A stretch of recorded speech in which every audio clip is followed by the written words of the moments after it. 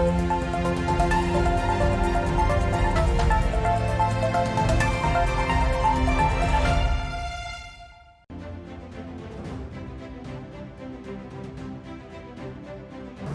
मैं दिगंबर सिंह और आप देख रहे हैं बिहारी खबर का यह खास शो बात खबरों की। आरा सदर अस्पताल में मरीज की मौत के बाद हंगामा और तोड़फोड़। भोजपुर जिले के आरा सदर अस्पताल में शुक्रवार की रात एक महिला मरीज की मौत हो जाने के बाद परिजनों ने जमकर हंगामा किया और तोड़फोड़ भी की। परिजनों ने हंगामा और तोड़फोड़ के कारण सदर अस्पताल की इमरजेंसी वार्ड में शनिवार की सुबह तक सेवा ठप हो गई और जिले भर में इलाज के लिए पहुंचे मरीजों को काफी कठिनाइयों से जूझना पड़ा। दूर दराज से आए मरीज पूरी रात इलाज के लिए तड़पते रहे। बताया जाता है कि बीती रात करीब 12 बजे एक महिला मरीज को लेकर उसके पति सहित अन्य परिजन आरा सदर अस्पताल पहुंचे। आरा सदर अस्पताल में चिकित्सकों ने उसे नहीं देखा और नर्स ने ही देखकर इंजेक्शन लगा दिया। नर्स के इंजेक्शन लगाने के महज कुछ ही देर बाद महिला की मौत हो गई। सदर अस्पताल में इलाज में लापरवाही बरतने का आरोप लगाते हुए परिजनों ने हंगामा करना शुरू कर दिया और अस्पताल के इमरजेंसी वार्ड में जमकर तोड़फोड़ कर दी।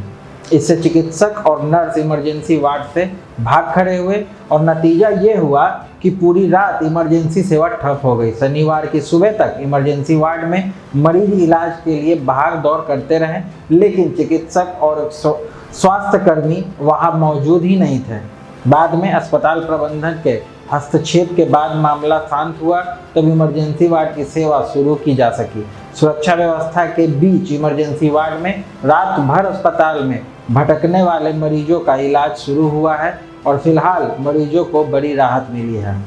दिल्ली हाईकोर्ट ने दिल्ली को ऑक्सीजन सप्लाई करने वाले सभी सप्लायर को निर्देश दिए हैं कि वे दिल्ली सरकार को बताएं कि किस अस्पताल को कितना ऑक्सीजन और कब मिल रहा है। सभी सप्लायर दिल्ली सरकार के नोडल अधिकारी उदित प्रकाश राय को इसकी सूचना देंगे। इस मामले पर अगली सुनवाई 26 अप्रैल को होगी। हाईकोर्ट ने कहा कि दिल्ली सरकार ने सूचना दी है कि ऑक्सीजन की सप्लाई पर नजर रखने के लिए 10-11 अधिकारियों की एक टीम बनाई गई है। कोर्ट ने कहा कि जब ये टीम बन जाए तो इसकी सूचना सभी सप्लायर और अस्पतालों को दे दें। इस टीम की पूरी सूचना दिल्ली सरकार अपनी वेबसाइट पर भी दें। कोर्ट ने दिल्ली सरकार को निर्देश दिया है कि वह दिल्ली में ऑक्सीजन प्लांट को लगाने के मामले में स्टेटस रिपोर्ट 26 अप्रैल तक दाखिल करें। कोर्ट ने कहा कि अस्पतालों में भर्ती कई मरीज आईसीयू में हैं और उनकी जान खतरे में है। दिल्ली सरकार इन अस्पतालों को ऑक्सीजन उपलब्ध कराए। आज जब सुनवाई शुरू हुई तो दिल्ली सरकार के वकील राहुल मेहरा और केंद्र सरकार की ओर से पेश सॉलिसिटर जनरल तुषार मेहता के बीच आरोप प्रत्यारोप हुआ। राहुल मेहरा ने कहा कि दिल्ली को अभी भी 480 मीट्रिक टन ऑक्सीजन नहीं मिली है।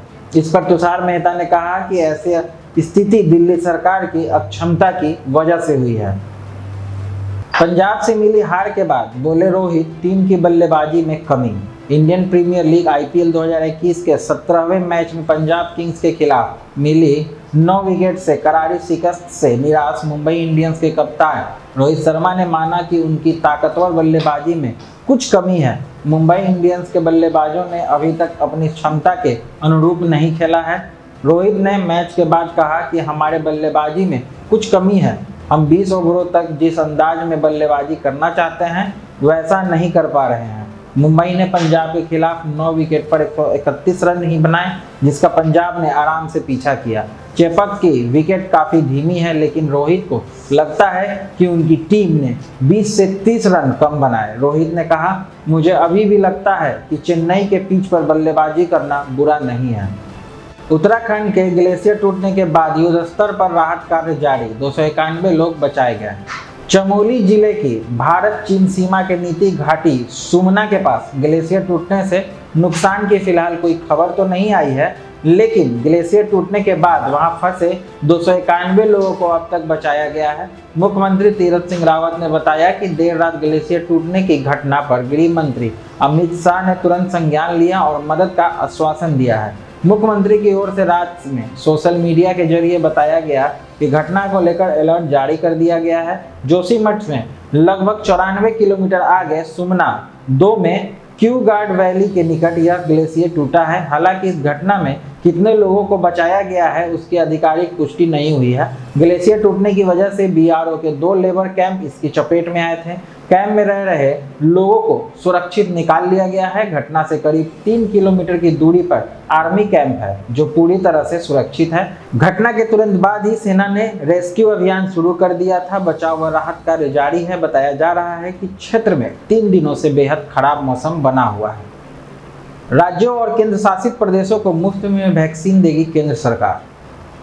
टीकाकरण के तीसरे चरण में 1 मई से 18 साल से अधिक उम्र के लोगों का टीकाकरण शुरू होने जा रहा है। राज्य सरकारों में टीके की खरीद को लेकर असमंजस की स्थिति को साफ करते हुए केंद्र सरकार ने कहा है कि वे राज्यों और केंद्र शासित प्रदेशों को निःशुल्क टीका मुहैया कराएगी।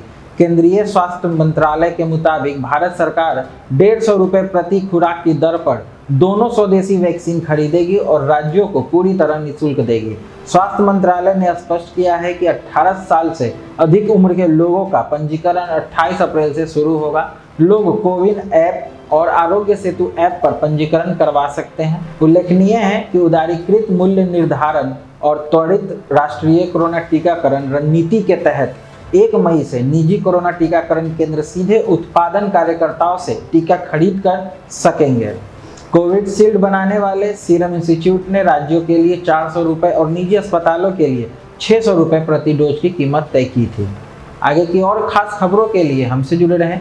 बिहारी खबर के फेसबुक पेज और यूट्यूब चैनल को लाइक शेयर और सब्सक्राइब करना ना भूलें। धन्यवाद।